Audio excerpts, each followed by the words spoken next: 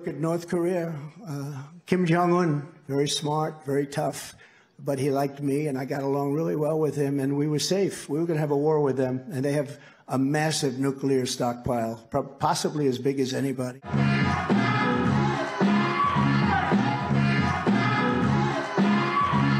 We want to come together, whether it's Republican or Democrat or liberal or conservative. It would be so nice if we could come together and straighten out the world and straighten out the problems. I do not think that the Political article a couple of weeks ago, which talked about Trump willing to basically accept North Korea as a nuclear weapon state as long as they didn't fire ICBMs in the direction of the United States, and then lifting sanctions in order to get them to behave responsibly as a nuclear weapons state. I think, that is not implausible. 네, 올해 11월 미국 대선을 앞두고 트럼프 전 대통령이 공화당 첫 번째 경선에서 압도적인 1위를 기록했는데요. 전 세계가 트럼프 재집권에 대비를 해야 된다, 이런 목소리가 나오고 있습니다. 정대진 원주 한라대 교수와 자세한 이야기 나눠보도록 하겠습니다. 안녕하세요. 안녕하십니까. 네. 이 사실 트럼프 대통령이 지난번에 이제 물러나고 바이든 대통령이 등장했을 때 비로소 미국의 민주주의가 다시 돌아왔다. 이제 다시 한번 미국이 세계 질서에서 뭔가 이성적인 판단과 결정을 내릴 것이다. 이제 이런 얘기들을 많이 했는데 지금 돌아가고 있는 미 대선 결과를 보니까 이거 뭐지? 이거 다시 트럼프가 정말 다시 대통령 되는 거 아닌가? 이런 우려들이 있었고 지금 첫 번째 공화당 경선에서 아이오와주에서 그게 또 확인이 됐단 말이에요. 그럼 트럼프가 다시 미국의 대통령이 되는 건가? 이런 생각들이 또는 이런 두려움들이 전 세계를 지금 지배하고 있어요. 가능성이 높습니까?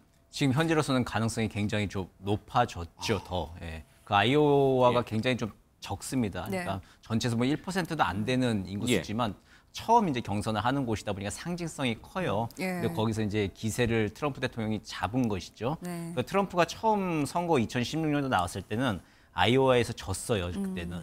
근데 이번에는 확실히 다르게 아주 51%에 달하는 득표율을 경선에서 이제 기세를 좀 잡은 건데 이게 미국의 속살을 좀 드러내고 있는 것이죠. 그러니까 트럼프 집권기를 기억해봐도 그렇고 지금 현재 트럼프가 얘기하고 있는 것들을 보면은 사실 아주 쉽게 얘기해 보면은 우리 백인 남자들 다시 한번 해보자라고 하는 잠깐 게 60세 이상의 고령층 백인 남자들. 예, 그렇게 지금 보이는 정책들을 트럼프가 내세웠고 거기에 대해서 지금 압도적인 지지를 지금 미국민들이 보이고 있는 거잖아요. 이걸 봤을 때 지금 앵커께서 우려하셨던 것처럼 우리가 알고 있는 그 미국이 아니라 그냥 힘자랑하는 미국으로 회귀하거나 아니면 좀 새롭게 좀 두려운 모습으로 우려스러운 모습으로 갈 거 아닌가라고 하는 것 때문에 지금 전 세계가 좀 걱정을 하고 있는 것이죠. 그리고 트럼프 대통령이 그 집권기에 공약 이행률이 굉장히 높았던 대통령으로 기록이 되어 있습니다. 근데 이제 그 공약들이 뭐냐면은 사람들이 싫어하는 공약, 이게 장벽 세우고 무역 관세 매기고 뭐 중국과 싸우고 하는 것들, 사람들이 반대하고 싫어했던 공약들을 제대로 잘 이행했는데 거기에 대해서 미국민들은 환영하고 지지를 보내고 있다는 거죠. 이제 그게 지금 우리 전 세계가 좀 우려스럽게 바라보고 있는 점입니다. 트럼프 대통령의 재집권을 전 세계가 사실은 반기는 쪽보다는 반기지 않는 쪽이 압도적으로 많아요. 젤렌스키 우크라이나 대통령도 미국의 무기 지원이 끊길 수도 있으니까. 그렇죠. 그러나 단 한 사람, 북한에 있는 김정은. 그러니까 트럼프 대통령을 만나서 정상회담까지 했던 김정은 위원장은 트럼프 재집권을 내심 바라고 있는 건가? 그런 생각도 좀 들어요. 그 트럼프하고 김정은이 주고받은 우리가 러브레터라고 부르잖아요. 아주 수십 통의 그 편지들, 친서들이 있는 걸로 우리가 기억을 해서 김정은 같은 경우는 트럼프가 다시 대통령이 되면 한번 대화를 다시 아는 사이니까 이미 다시 한번 대화를 시도해 볼 수 있고 새로운 가능성이 있지 않을까 우리 뭐 좀 생각해 볼 수도 있겠죠. 그런데 이제 김정은 위원장은 또 반대로 생각하면 트럼프한테 뒤통수를 맞은 사람이에요. 2019년도 2월 달에 하노이에서 트럼프 대통령이 사전에 합의되지도 않은 이제 그 영변 플러스 알파라고 하는 걸 얘기하면서 김정은 위원장의 이 여러 구상을 그 하루 아침에 그냥 다 무너뜨렸던 사람입니다. 그렇기 때문에 저는 그걸 하노이 트라우마라고 부르는데 김정은 위원장이 과연 그 하노이 트라우마를 지금 극복했을까? 그걸 극복을 해야 다시 한번 대화의 길로 나올 텐데 지금 하는 거 봐서는 잘 극복은 못한 것 같아요. 트럼프에 대한 불신이 생겨버렸다. 더 불신이 생겨 트럼프가 혹시 어떤 제안을 하더라도 지금 김정은 위원장 입장에서는 받아들일 개연성이 높아 보이지는 않고 오히려 지금 러시아와의 협력 또 중국과의 전통적인 관계를 유지하면서 자기 계획대로 갈 시간을 벌어나가는데 북한은 앞으로도 매진할 가능성이 높아 보입니다. 네. 사법 리스크가 있잖아요, 트럼프는. 그렇죠. 그리고 지금 이제 네, 헤일리 네. 전 대사 같은 사람들이 참 참신한 보수의 네, 네. 새로운 아이콘으로 기대를 모으고 있는데 이런 것들을 다 극복하고 정말 나중에 중국에는 뭐 바이든까지 지금 제치고 과연 재집권 가능성이 있는가? 또 어떤 미국 전문가들은 그렇게는 안 될 거다. 한번 네, 겪어봤던 미국민들이 이번에는 이제 좀 트럼프 대통령에 대해서 전 재집권에 대해서 굉장히 좀 신랄한 어떤 이성적 판단을 투표를 할 거다. 이제 이렇게 보시는 분들도 꽤나 많이 있더라고요. 예, 그렇죠. 이제 뭐 지금 반반이긴 한데 예. 2016년도를 한번 복귀해 보면은 그때 다 힐러리가 다 대통령이 된다고 생각을 했었어요.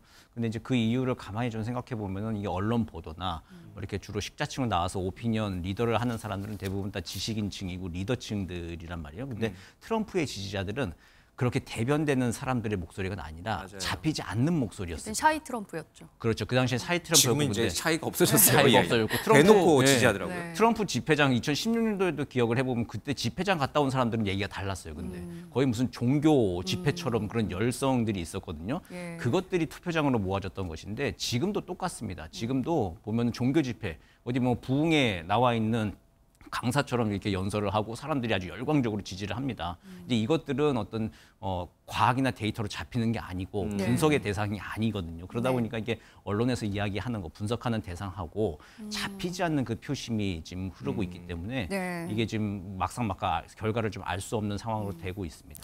야, 북한 문제에서 트럼프는 자신이 적임자다 이렇게 얘기를 하고 있는데 과연 맞을까요? 북한에서는 총선을 앞두고 있는 우리와 또 대선을 앞두고 있는 미국에 대해서 연일 수위를 높이고 있는데요. 준비된 영상이 있습니다. 먼저 보고 오시겠습니다. 조선반도에서 전쟁이 일어나는 경우에는 대한민국을 완전히 점령, 평정, 수복하고 공화국 영역에 편입시키는 문제를 반영하는 것도 중요하다고 봅니다. 전쟁은 대한민국이라는 실체를 끔찍하게 괴멸시키고 끝나게 만들 것입니다. 그리고 미국에는 상상해보지 못한 재앙과 패배를 안길 것입니다. 북한은 새해 들어서도 북방 한계선 NLL 인근으로 포병 사격과 탄도 미사일을 발사하며 도발을 계속하고 있습니다. 우리 국민들을 불안하게 만들고 대한민국을 균열시키기 위한 정치 도발 행위입니다. 지금 대한민국 정부는 과거 어느 정부와도 다릅니다. 북한이 도발해온다면 우리는 이를 몇 배로 응징할 것입니다. 네, 북한의 움직임이 심상치 않다. 몇 주에 걸쳐서 저희도 계속 얘기를 하고 있는데요. 정말 심상치가 않은 게 급기야 헌법에 우리나라를 주적으로 명기하겠다 이런 방침까지 밝혔습니다. 그리고 김정은 위원장은 뭐 동족, 민족, 평화 이런 표현들 싹 다 없어져야 된다라고까지 했어요. 북한이 이렇게까지 나오는 이유는 뭐라고 봐야 됩니까? 김정은 위원장도 나이로 보면 MZ세대예요. 근데 네. 그 MZ세대도 우리나라 MZ세대도 지금 통일에 대해서 이제 그다지 지지하는 편이 아니거든요. 뭐냐면 민족이라고 하는 이름에 대해서 체감하거나 자신의 신념으로 가지고 있는 세대는 결코 아닙니다. 그 네. 이름을 잊어버린 이제 세대가 갈수록 잊어버리고 있는데 김정은 위원장도 이제 그런 상황인 거죠. 할아버지, 아버지 때 했던 거 별로 신경 쓰는 거 아닙니다. 네. 그리고 지금 자기가 집권 초기에 이제 핵과 미사일 개발하고 그러고 나서 이제 뭐 제재 완화 등을 얻어가지고 경제력 개발하려고 뭐 비핵화 이야기도 하면서 2018년, 19년도에 대장정을 한번 나름대로 했단 말이에요. 네. 실패로 끝났어요. 네. 이거는 뭐 한국이나 미국이나 이제 믿을 대상, 상대할 대상이 아니다. 나는 나의 갈 길을 가겠다라고 하는 의지를 강하게 좀 굳힌 것 같습니다. 그러면 우리나라랑은 완전히 선을 긋고 이제 다른 나라로 인식을 하고 앞으로 혹시나 나올 통일 관련된 이슈들은 이제 더 이상 막아버리겠다 이런 지금 의도라고 봐야 할 되나요? 의도가 없다라고 하는 걸 명시적으로 밝힌 게 맞습니다. 다른 거 있다라고 우리가 뭐 굳이 뭐 해석하거나 그럴 필요는 없을 것 같고 예. 통일, 하회, 동적 이런 말을 지우라라고 얘기하는 건데 네. 근데 이제 그 하는 사고 방식이나 언어 구사 방식들을 보면은 재벌 회장님들하고 비슷해요. 어떤 면에서요? 과감한 구조조정. 아, 수익이 나지 않는 곳은 손절. 네. 하지만 뭐죠? 수익이 다시 나면 언제든지 다시 투자할 예. 수 있는 겁니다. 그러니까 통일 하회 동족이라고 하는 말을 안 쓰지만 만약에 나중에 다시 뭐 우호적인 관계들이 조성되고 하면 남북 관계를 다른 식으로 규정을 해가면서 다시 대화에 나설 수 있는 가능성 여지도 얼마든지 좀 있는 것이죠. 그러니까 지금 상태에서는 남북 대화를 통해 가지고 북한의 발전에 뭔가 기댈 수 있는 돌파구를 예. 마련할 수 있는 게 없기 때문에 지금 손절한 그런 상태다. 이제 이렇게 보는 게 맞을 것 같습니다. 일각에서는 북한이 이렇게 자신 있게 나오는 이유가 뒷배에 러시아가 있기 때문이 아니냐 이런 얘기도 있습니다. 조만간 푸틴 러시아 대통령이 방북을 할 거라는 전망까지도 나오는데 그래서일까요? 예, 그렇죠. 이번 주에 최선희 외무상이 러시아를 갔는데 거기서 이제 푸틴 방북 일정은 분명히 이제 의제로 조율을 좀 했을 겁니다. 구체적인 일정이 오늘 뭐 아침 뉴스까지는 안 나왔지만 예. 아마 올해 방북하는 것은 확실할 것 같고 뭐 푸틴이 이번에 러시아 주연절 행사에서 뭐 얼음물에 입수했다라고 하는 뉴스까지 오늘 나오잖아요. 그러니까 뭐 충분히 이제 푸틴이 평양까지 갈 수 있는 체력도 있고 여지도 있고 그럴 만한 이유가 북한과 러시아에 지금 충분히 있죠. 국제 정세상. 그렇기 때문에 아마 푸틴의 올해 방북은 기정사실화되고 있는 것 같고요. 네. 이런 돌파구 속에서 북한으로서는 더욱더 이제 남한과 손을 잡는다거나 예. 미국과의 대화에 구걸한다거나 그럴 필요가 점점 없어지는 것이죠. 사실 현대로 들어오면서 재래식 무기를 통한 국가 대 국가 간에 전쟁이 벌어질 거라고 생각했던 사람들은 거의 없는 것 같아요. 네, 예. 이게 긴장도는 높아지더라도 네. 왜냐하면 전쟁을 벌이게 되면 양쪽 다 망한다라는 것을 너무 잘 알고 있기 때문에 또 너무 막강한 무기들을 뭐 핵까지도 갖고 있기 때문에 전쟁은 일어나지 않을 것이다라고 느꼈고 우리 국민도 많이 이제 그렇게 살아왔습니다. 근데 지금 러시아 우크라이나 전쟁, 이스라엘 하마스 전쟁, 거기다 최근에 이제 이란과 파키스탄 전쟁, 전쟁이 쉽게 일어나는 거예요. 그리고 지금 김정은 위원장이 갑자기 전쟁 얘기도 꺼내고 주적 얘기도 꺼내고 네, 예. 한반도가 그러면 다시 한번 화약고인이 한반도에서 뭔가 불꽃이 튀는 건가? 진짜 전쟁이 일어날 수도 있는 건가? 이게 갑자기 실현 가능성 가능한 얘기처럼 이제 들리기 시작해서 지난주 이번 주 내내 많은 국민이 좀 불안했습니다. 진짜 북한이 도발을 할 수 있다고 보세요? 도발은 하겠는데 계획된 전쟁을 일으킬지 모르겠습니다. 예를 들면 어떤 도발입니까? 그러면? 도발이라면 제한적인 지금도 벌이고 있는 북한의 도발. 김정은 때의 최근에 몇 년간의 도발의 특징이 뭐냐면은 이 선을 넘지는 않아요. 그러니까 군사 분계선을 최대한 임계선을 넘지 않는다. 그렇죠. 넘지 않는 선에서 지난 연평도나 그리고 또 뭐 목함지대 사건 그때 외를 제외하고는 그 이후에는 군사 분계선을 넘지 않는 선에서 이제 도발을 계속 하고 있죠. 그게 넘어가는 순간 자기한테 감당하지 못할 후폭풍, 역풍이 불 거라고 하는 걸 김정은도 알고 우리가 있습니다. 참 2배 이상 몇 배로 응징할 거라는 걸 북한도 알고 있고. 그렇죠. 그리고 재작년부터는 한미 정상의 공이 정권 종말이라고 하는 단어를 명시적으로 쓰고 있어요. 일으키면 니네 정권 끝난다. 그렇죠. 이제 그걸 불러올 계획된 도발, 계획된 전쟁을 일으키지는 않겠는데 지금 우려스러운 건 뭐냐면 남북 간의 대화가 끊기고 한 라인이 사라진 거죠. 네. 근데 이제 군사적인 도발을 이제 지금 사라졌잖아요.